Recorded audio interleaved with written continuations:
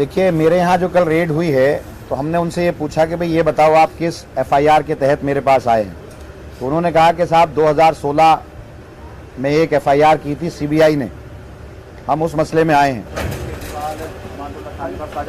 कल अमानतुल्लाह खान के यहाँ ईडी की रेड हुई, घोटाला कर दिया केजरीवाल ने, सड़कों का घोटाला कर दिया, बिजली का घोटाला कर दिया, पानी का घोटाला, इतने घोटाले, इतनी जांच करा ली।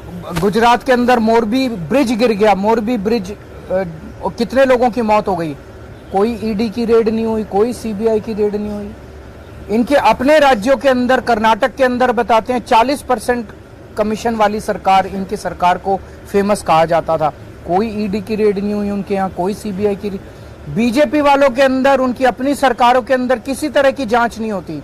अभी सीएजी की रिपोर्ट आई है, उसने इतने सारे इनके घोटाले निकाले हैं, कोई सीबीआई की रेड नहीं होती, कोई ईडी की रेड नहीं होती। बताते हैं ये अपने दोस्तों के इन्होंने अरबों रुपए के लोन माफ कर दिए, कोई ईडी की। तो भ्रष्टाचार खत्म करना इनका मकसद नहीं है, इनका केवल और केवल मकसद है विपक्ष के लोगों को किसी भी तरह से तंग करना।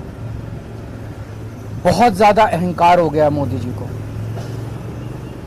आप टीवी पे देखते हैं जिस तरह से वो चलते हैं, उनकी चाल में अहंकार नजर आता है, उनकी जुबान में अहंकार नजर आता है, उनकी बातचीत करने में अहंकार नजर आता है। जिस तरह से वो अब किसी इंसान को इंसान नहीं समझते।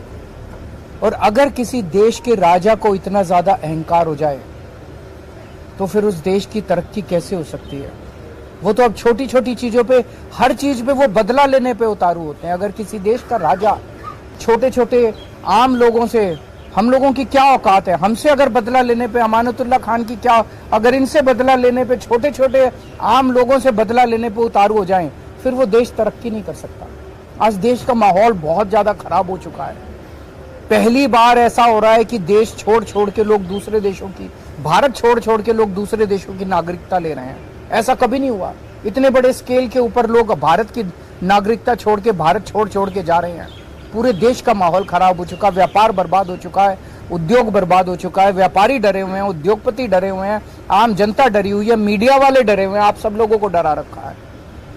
तो बहुत ज्यादा खराब है माहौल। लेकिन आम आदमी पार्टी टिकी हुई है, आम आदमी पार्टी डटी हुई है, आम आदमी पार्टी देशभक्तों की पार्टी है, ईमानदार लोगों की पार्टी है। मोदी जी जो मर्जी कर ले, हम झुकने वाले नहीं हैं।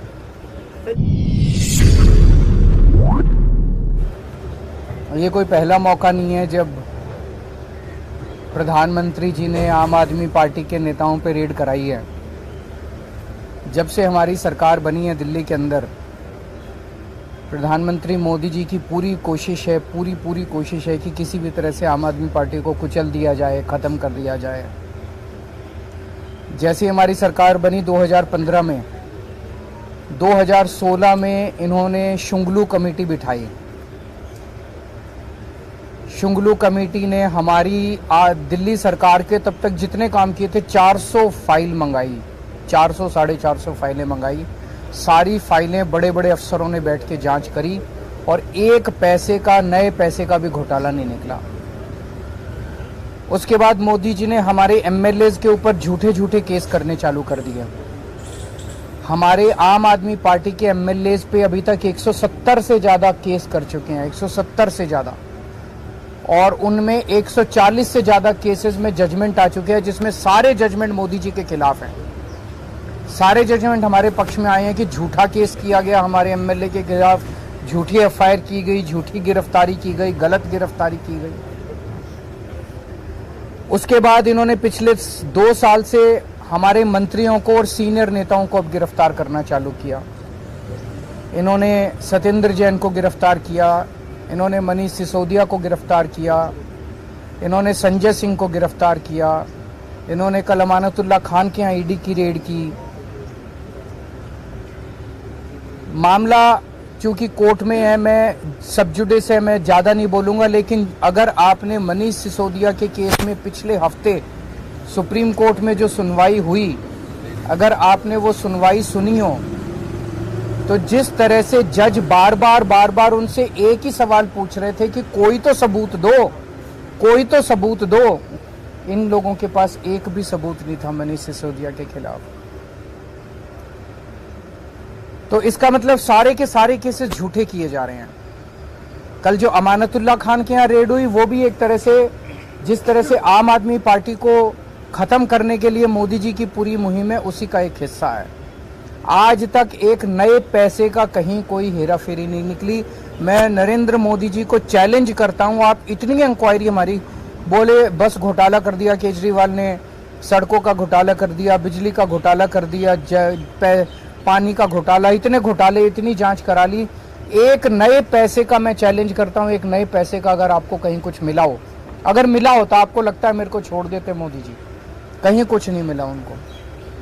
तो ये सारी की सारी जितनी जांच चल रही है, ये सारी फर्जी जांच है और उनका मकसद भ्रष्टाचार खत्म करना नहीं है।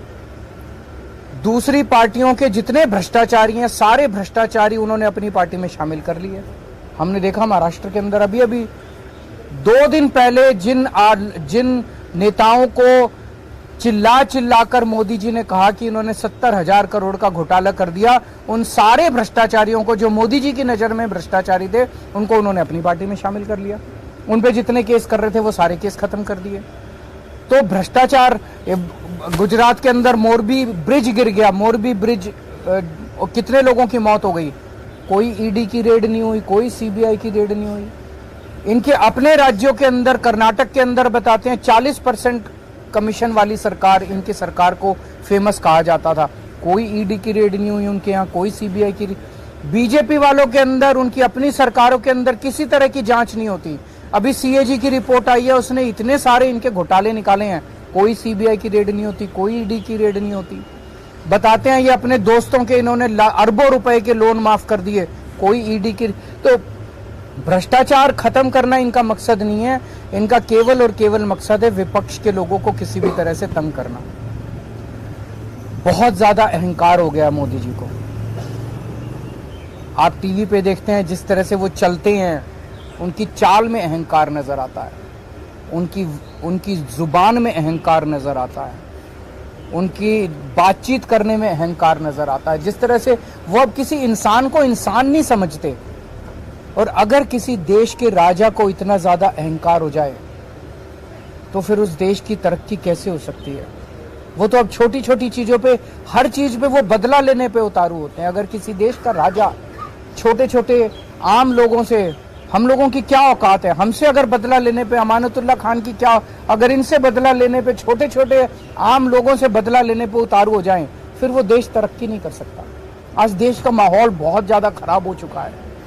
पहली बार ऐसा हो रहा है कि देश छोड़ छोड़ के लोग दूसरे देशों की, भारत छोड़ के लोग दूसरे देशों की नागरिकता ले रहे हैं। ऐसा कभी नहीं हुआ। इतने बड़े स्केल के ऊपर लोग भारत की नागरिकता छोड़ के, भारत छोड़ के जा रहे हैं। पूरे देश का माहौल खराब हो चुका है, व्यापार बर्बाद हो चुका है, उद्योग बर्बाद हो चुका है, व्यापारी डरे हुए हैं, उद्योगपति डरे हुए हैं, आम जनता डरी हुई है, मीडिया वाले डरे हुए हैं, आप सब लोगों को डरा रखा है। तो बहुत ज्यादा खराब है माहौल। लेकिन आम आदमी पार्टी टिकी हुई है, आम आदमी पार्टी डटी हुई है। आम आदमी पार्टी देशभक्तों की पार्टी है, ईमानदार लोगों की पार्टी है।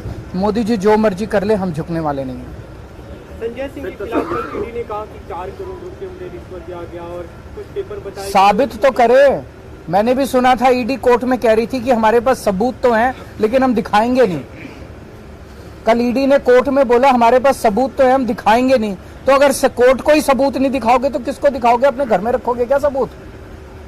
सर संजय सिंह ने कोर्ट को कहा कि उनकी सुरक्षा को लेकर कई सारे कंसर्न है। ये भी कहा कि एनकाउंटर किया जा सकता है उनका, तो उसकी जिम्मेदारी कौन लेगा? तो मैं उम्मीद करता हूं कि कोर्ट इस बारे में वो लेगा और उसके ऊपर उचित कदम उठाएगा। सर कल इनके यहाँ रेड हुई है तो क्या मामला बताया या क्या निकला है कुछ? देखिए, मेरे यहाँ जो कल रेड हुई है तो हमने उनसे ये पूछा कि भाई ये बताओ आप किस एफआईआर के तहत मेरे पास आए हैं। तो उन्होंने कहा कि साहब 2016 में एक एफआईआर की थी सीबीआई ने, हम उस मसले में आए हैं।